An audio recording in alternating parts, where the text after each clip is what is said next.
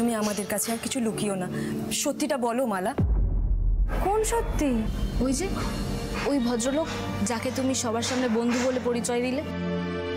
আচ্ছা মালা দিদি, উনি কি সত্যি তোমার বন্ধু?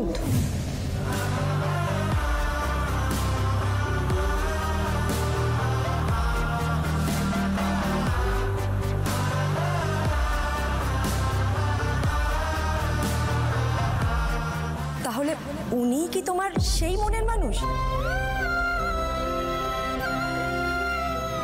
কি তাই তো? না তা নয়, আসলে কি লজ্জা পাচ্ছে দেখো মালা দিদি। তবে একটা কথা বলতে হবে, তোমার মনের মানুষের কিন্তু হেব্বি সাহস গো, একেবারে বাঘের ঘরে চাকরি নিয়েছে।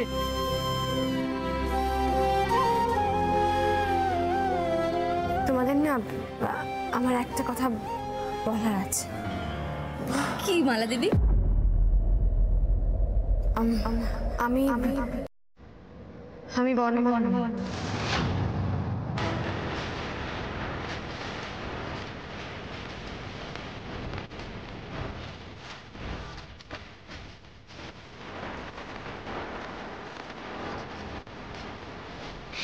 তাহলে তুমি কে মালা দিদি? আমি শ্যাম।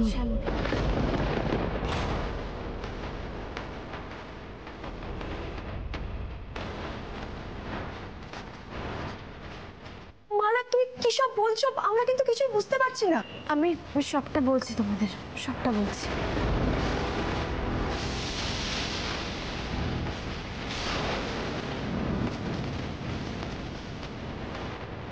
ফ্রেন্ডস, সই পাতালাম তোমার সঙ্গে। আমি যাচ্ছি কৈতরে, সেখানে আমার দাদু দিদার বাড়ি।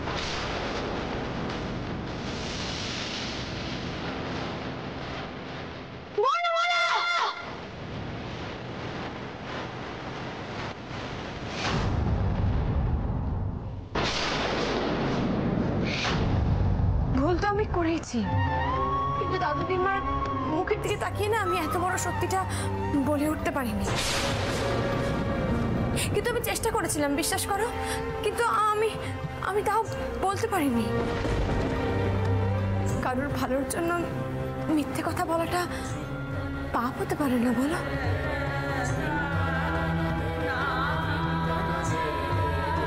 কিরে বিন্তি, সুলতা দি, তোমরা চুপ করে আছো যে? তোমরা আমাকে ভুল বুঝছো না? তোমরা ভাবছো না আমি ভুল করেছি? তোমাদের মনে হচ্ছে না যে আমি দাদু দিম্মা তোমাদের সবাইকে ঠকিয়ে আমি এখানে? মালা দিদি, না না, তুমি যেটা করেছো সেটা কজন পারে বলো তো? তুমি বলেই পেরেছো গো। মালা, অনাত্মীয়ের জন্য আত্মীয় সবাই হয়ে উঠতে পারে না গো। সত্যিকারের মালা নিশ্চয়ই খুব ভালো ছিল, কিন্তু দাদু দিদার কাছে তুমি তাদের আসল নাতনি, আর সেটাই থাকবে মালা।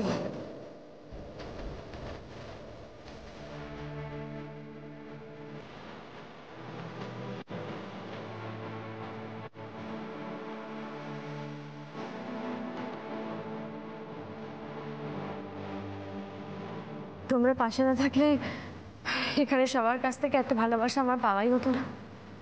আমি তোমাদের কাছে সারা জীবন থাকতাম। মালা, তুমি ছাড়া তো আমাদের কোনো অস্তিত্বই নেই গো। হ্যাঁ, এই যে বলো, আমি যা বলছি একদম ঠিক বলছি মালা। হ্যাঁ গো, বলছি অনিকের দাদার সাথে দিদা দাদুর আলাপ করাবে তো? দিদা কিন্তু তোমার জন্য ঘরে বসে আছে। হ্যাঁ, আলাপ তো করাতেই হবে, আর তো কোনো উপায় নেই এখন।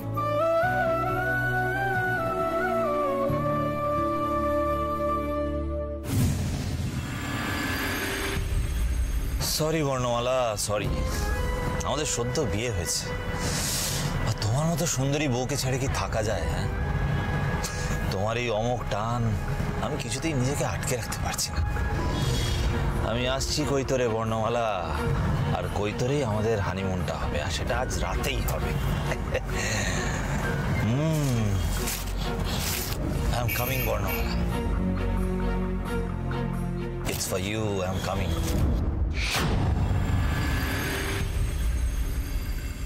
চন্দ্রাশিস তোকে জোর করে বিয়ে করেছে?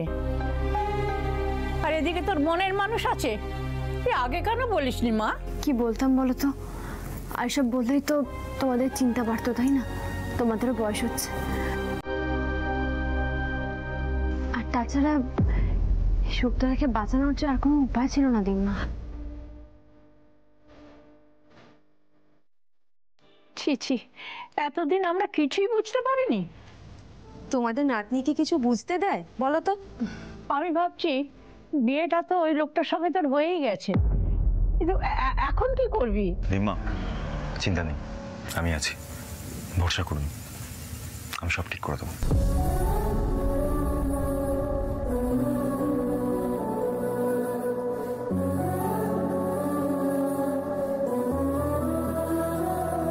দেখেছিস বিন্তি, মালার মুখটা কেমন সুন্দর উজ্জ্বল ঝলমল করছে। মালা দিদিকে দেখেও ভালো লাগছে গো। তোমার থেকে বেশি যোগ্য বর্ণমালার আর কেই বা হতে পারে?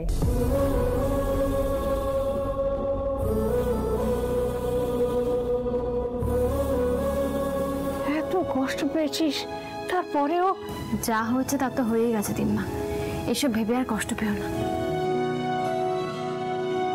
রিম্মা, আপনি নিশ্চিন্তে থাকুন, ওকে আমি আর কোনোদিন কোনো কষ্ট পেতে দেবো না।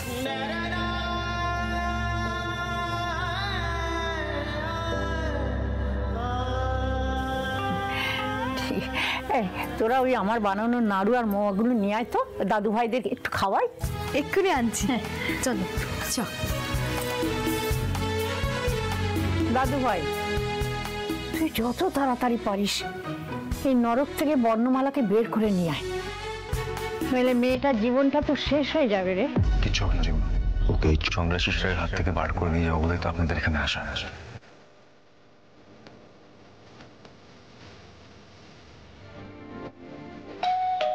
ওই বোঝা সুচন্দ্রারা এলো। উফ বাবা, রাত্রে পিকনিক করবে বলেছে, সন্ধ্যা থেকে সব আয়োজন শুরু করে দিয়েছে। ঠিকই তো করেছে মালা দিদি, এতদিন পর তোমায় কাছে পেয়ে ওরা কতটা খুশি হয়েছে সেটা তুমি জানো? তাই তো দেখছি। যাই, দরজাটা খুলি।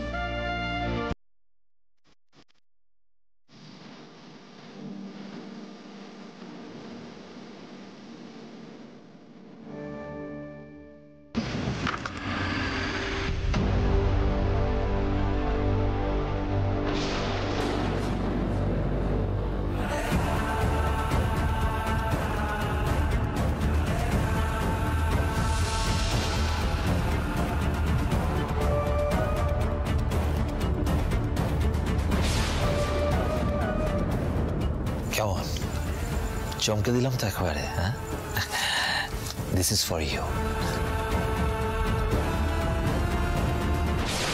চুপ করে দাঁড়িয়ে থাকবে নাকি? স্যার, প্রিয়া দিদি, পুতুনদারা সবাই যে ঘরের ভেতরেই রয়েছে। একবার যদি লোকটা ঢুকে আসে ভেতরে, তাহলেই তো। এত কি ভাবছো বলো তো? এত কিছু ভেবো না। দেখো বর্ণমালা, আসলে তোমাকে না আমি খুব মিস করছিলাম, তাই চলে এলাম। এখানে দাঁড়িয়ে কথা বলতে আর ভালো লাগছে না, চল ভেতরে যাই। বলছি, আপনি তো কখনো শুক্তারা দেখেননি, চলুন না আপনাকে একবার শুক্তারাটা দেখিয়ে নিয়ে আসি। ওহ বর্ণমালা, প্লিজ, আমার না ওই বড়ি আচার দেখার কোনো ইন্টারেস্ট নেই, বিশ্বাস করো। আর তাছাড়া অনেকটা পথ এসছি, সেই দুপুরবেলা বেরিয়েছি, আস্তে আস্তে সন্ধ্যা হয়ে গেল। অবশ্য তোমার হাতে একটা চা পেলে কিন্তু ব্যাপারটা জমে যেত। দেবো তো, আগে দেখে নিয়ে তারপর না হয়। আরে দূর, এসো তো।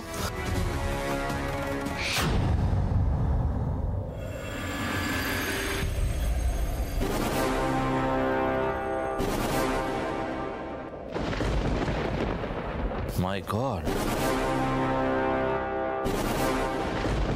এসব কি? হ্যাঁ, নাড়ু মোয়া এত কিছু,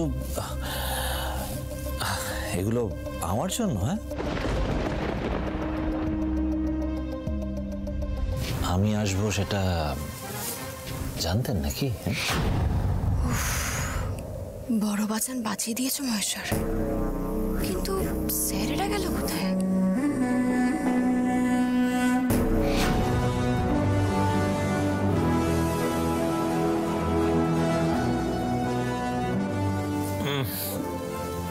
কি তেলচিটে গন্ধ এগুলো, এই সরাও সরাও এগুলো সামনে থেকে এগুলো সরাও। দেম্মার নিজের হাতে বানানো। আপনার খেতে নাই বা ভালো লাগতে পারে, কিন্তু তা বলে আপনি দেম্মাকে এভাবে অসম্মান করতে পারেন না, আর কোনো খাবার সম্পর্কে এরকম মন্তব্য করতে পারেন না। কুল কুল বর্ণমালা কুল, এমন ফটফট করে রেগে যাও না তুমি, কুল।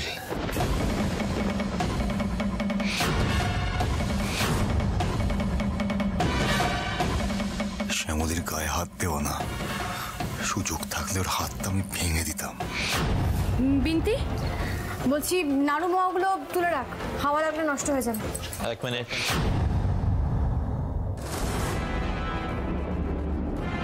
এতগুলো প্লেট সাজানো কেন?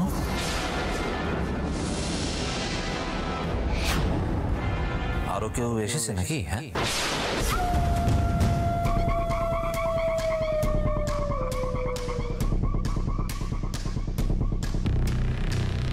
মালাদি, তোমার সব বন্ধুরা কোথায় গো?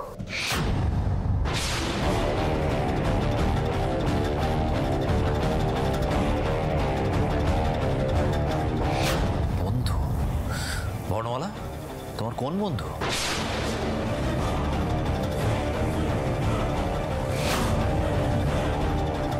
জামাইবাবু, আপনি কখন এলেন? এই তো এসেছে। বলছি শোন না, তোরা এখানে আর দাঁড়িয়ে বেশি বকবক করিস না, পিকনিকের সব তোড়জোড় করতে হবে তো। চল তো আমাদের সঙ্গে চল। আয় বিনতি। হ্যাঁ ঠিক বলেছ, চলো চলো চল।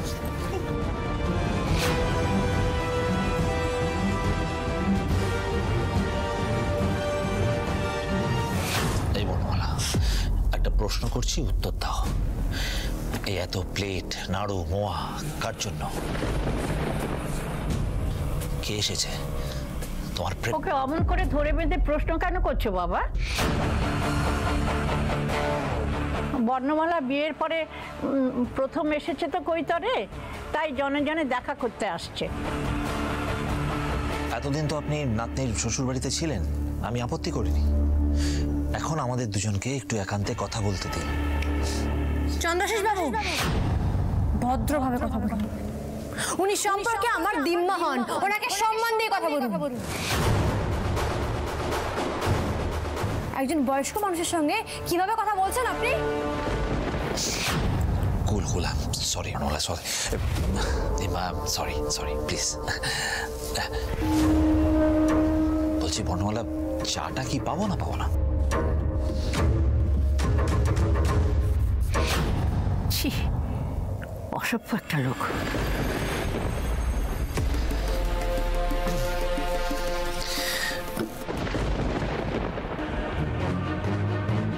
আপনার চা।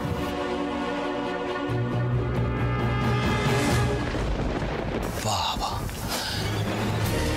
এর মধ্যে হয়ে গেল, সো ফাস্ট। এই জন্যই না তোমাকে আমার এত ভালো লাগে, জানো তো। তুমি সবেতেই টপে, মানে যেমন তোমায় দেখতে। কি করছেনটা কি দেখতে পাচ্ছেন না? দিব্যা সামনে আছে। স্যারেদের তো টিকিও খুঁজে পাচ্ছি না, কোথায় যে ঘাপটি মেরে বসে আছে কে জানে। কি করবো বলো বর্ণমালা, তোমার দিম্মা যদি আমাদের একটু প্রাইভেসি না দেয়, তাহলে বাধ্য হয়ে ওনার সামনেই আমাকে একটু আদর। আপনি তো চা চাইলেন না, চা দিয়েছি, চাটা খান। রাইট, চা।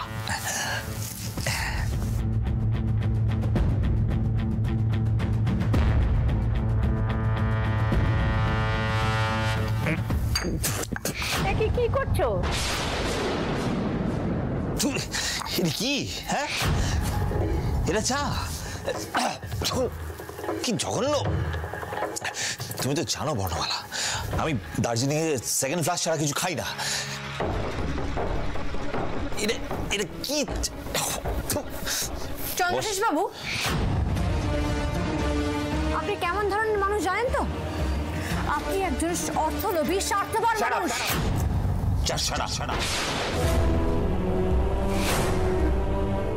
তুমি ভুলে যাও না বর্ণমালা, তুমি এখন আর এই গাঁয়ের মেয়ে নও, তুমি হচ্ছে রায়বাড়ির বউ। তো please try maintain the status. তুমি তো বিদেশে থাকতে এইসব বাজে খাবার খেতে, যসব ফালতু কথা বলছো।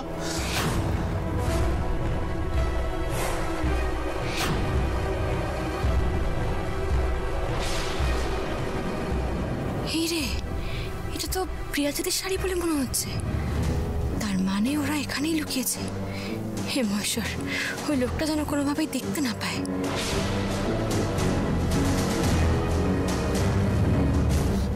কি হলো? চুপ করে আছো কেন? হ্যাঁ, I am talking to you. তুমি এদিকে বারবার কি দেখছো?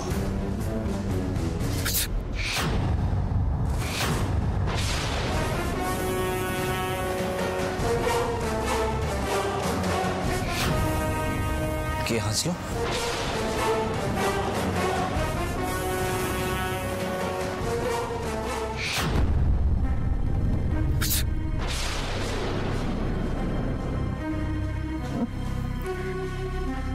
থ্যাংক ইউ দিম্মা, এই যাত্রায় তোমার জন্য বেঁচে গেলাম।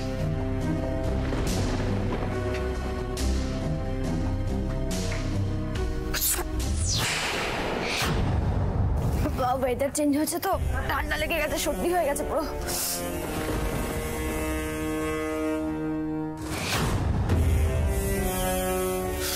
সো সিলি বর্ণমালা। শোনো, এখানে না এক মুহূর্ত থাকার দরকার নেই। তুমি আমার সঙ্গে কলকাতা ফিরে যাবে। তুমি যাও, গিয়ে ব্যাগ প্যাক করে নাও। তুমি আমার সঙ্গে বাড়ি ফিরবে কলকাতায়। না, আমি তো এখন যাব না, আপনি চলে যান। দেখো বাবা, কটা দিন এখানে থাকতে চাইছে, থাকুক না। শুনুন, আপনি প্লিজ চুপ করুন। এই বুড়ো বুড়িদের জ্ঞান না আমার একদম ভালো লাগে না। কি হলো বর্ণমালা, তুমি দাঁড়িয়ে রইলে কেন? যাও, ব্যাগ প্যাক করে নাও। আমি তো জানতাম চন্দ্রাশিস রায়ের কথার দাম আছে, কিন্তু আপনি তো এখানে কথার খেলাপ করলেন। আপনি তাহলে নিজের থেকে আমায় জিজ্ঞেস করেছিলেন কেন যে বর্ণমালা তুমি কি চাও বলো, তুমি যা চাইবে আমি তোমাকে তাই দেবো, আর এখন এরকম করছেন? মানে আমি আপনার প্রাণ বাঁচানোর বিনিময়ে দুদিন কৈতরে একা থাকতেও পারবো না? আমার প্রাণ বাঁচিয়ে নাম কিনতে চাইছো?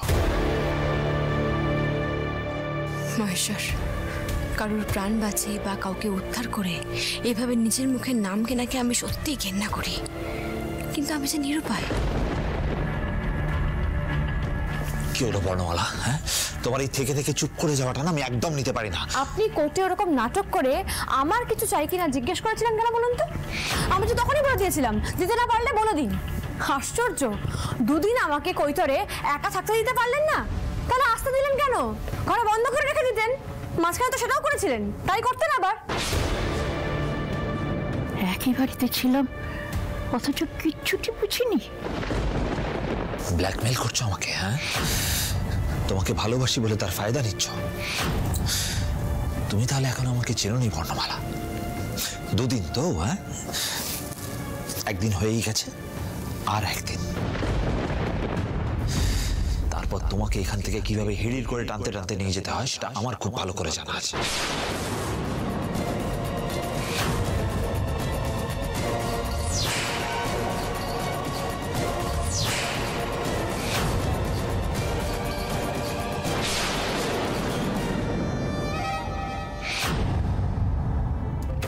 কি সাংঘাতিক, আমার সামনে হুমকি দিচ্ছে, অথচ কলকাতায় থাকতে কত ভালো ব্যবহার করেছিল।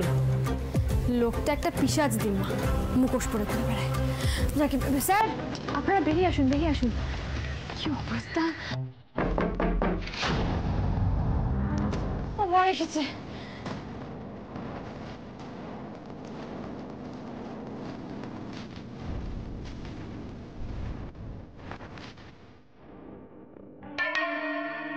দুদিন মাথায় রেখো কিন্তু।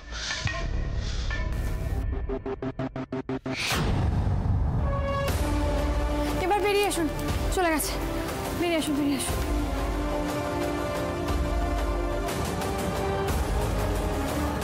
মনে হচ্ছিল কি মেরে মাথাটা ফাটিয়ে দিই। না স্যার, ঠান্ডা করুন মাথা। এভাবে রেগে মেগে এই সমস্যার সমাধান হবে না। বাবা, কি অবস্থা? চুল লেগেছে। দাঁড়ান।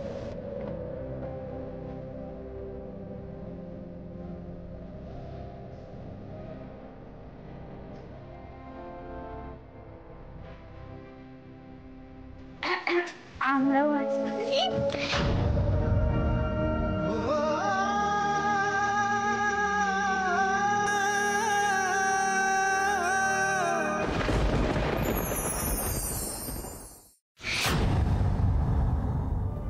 এই চন্দ্রাশিস রায় যা শুরু করেছে, আমাদের ইমিডিয়েটলি কিছুটা ভাবতে হবে। নেক্সট স্টেপ কি হবে আমাদের ইমিডিয়েটলি প্ল্যান করতে হবে। কিন্তু কি করব বলতো, শ্যামলীদিকে তো ওই শয়তানটার হাত থেকে বাঁচানোর জন্য আমাদের কাছে কোনো কংক্রিট প্ল্যানই নেই। প্রিয়া দিদি, আমি বলি কি, তোমরা না এসবের মধ্যে ঢুকো না। আমার ভাগ্যে যা লেখা আছে তাই হবে, বাদ দাও, ছেড়ে দাও। সেটা হতে পারে না সত্যি। আমাদের ভাগ্য আমরা নিজেরা তৈরি করি। আপনি সবসময় পজিটিভ কথা বলেন, আপনি নেগেটিভ কথা কেন বলছেন? আপনি মাথা ঠান্ডা করে কত বড় বড় সমস্যার সমাধান করেছেন। আপনি কি না একটু মাথা ঠান্ডা করে কিছু ভাবুন তো, এটা কোনো আইডিয়া দিন, ঝটপট ঝটপট বলুন। বলুন। আরে ভাই, তুই হাতটা না সরালেও কি বলছিস সেটা বুঝতে পারবো কি করে? সরি বলুন। আমার যেটা মনে হয়, চন্দ্রাশিস রায়ের কাছ থেকে ওই জমি লিখিয়ে নিতে গেলে বা আমাকে সেখান থেকে উদ্ধার করতে গেলে চন্দ্রাশিস রায়ের সব থেকে দুর্বল জায়গায় আমাদের আঘাত করতে হবে। দুর্বল জায়গাটা কি সেটা আমাদের জানতে হবে, আর সেটা জানার পর চোখ বুঝে কোপ মারতে হবে। ব্রিলিয়েন্ট, কিন্তু এটা জানা যাবে কি করে? আপনি জানেন কিছু? না, তবে এই কদিনে যেটুকু বুঝেছি, ওই চন্দ্রাশিস রায়ের ল্যাপটপে তার সর্বস্ব, সারাক্ষণ যক্ষের ধনের মতো আগলে রাখে। ওখানে কোনো গোপন তথ্য রয়েছে। আচ্ছা স্যার, আপনি ওই ল্যাপটপে সব কিছু উল্টোপাল্টা করে দিতে পারেন না? বা এমনটা তো হতে পারে যে ওই ল্যাপটপ থেকে কিছু জেনে নেওয়া যায় কিনা সেটাও দেখতে পারেন। আপনি ওই মোবাইলে যেটা করেছিলেন আর কি, সেরকম যদি ল্যাপটপেও করেন তাহলে তো অনেক কিছু জানতে পারা যাবে, তাই না? গ্রেট আইডিয়া সামনে, এটা করা যেতেই পারে। কিন্তু তাহলে আমাকে ইমিডিয়েটলি কলকাতায় ফিরতে হবে। ফিরে ওই ল্যাপটপটা হাতে নিয়ে তারপরে যা কাজ করার করতে হবে। এখানে সময় নষ্ট করা যাবে না। আমরা কালকে সকালেই কলকাতার জন্য রওনা দেব।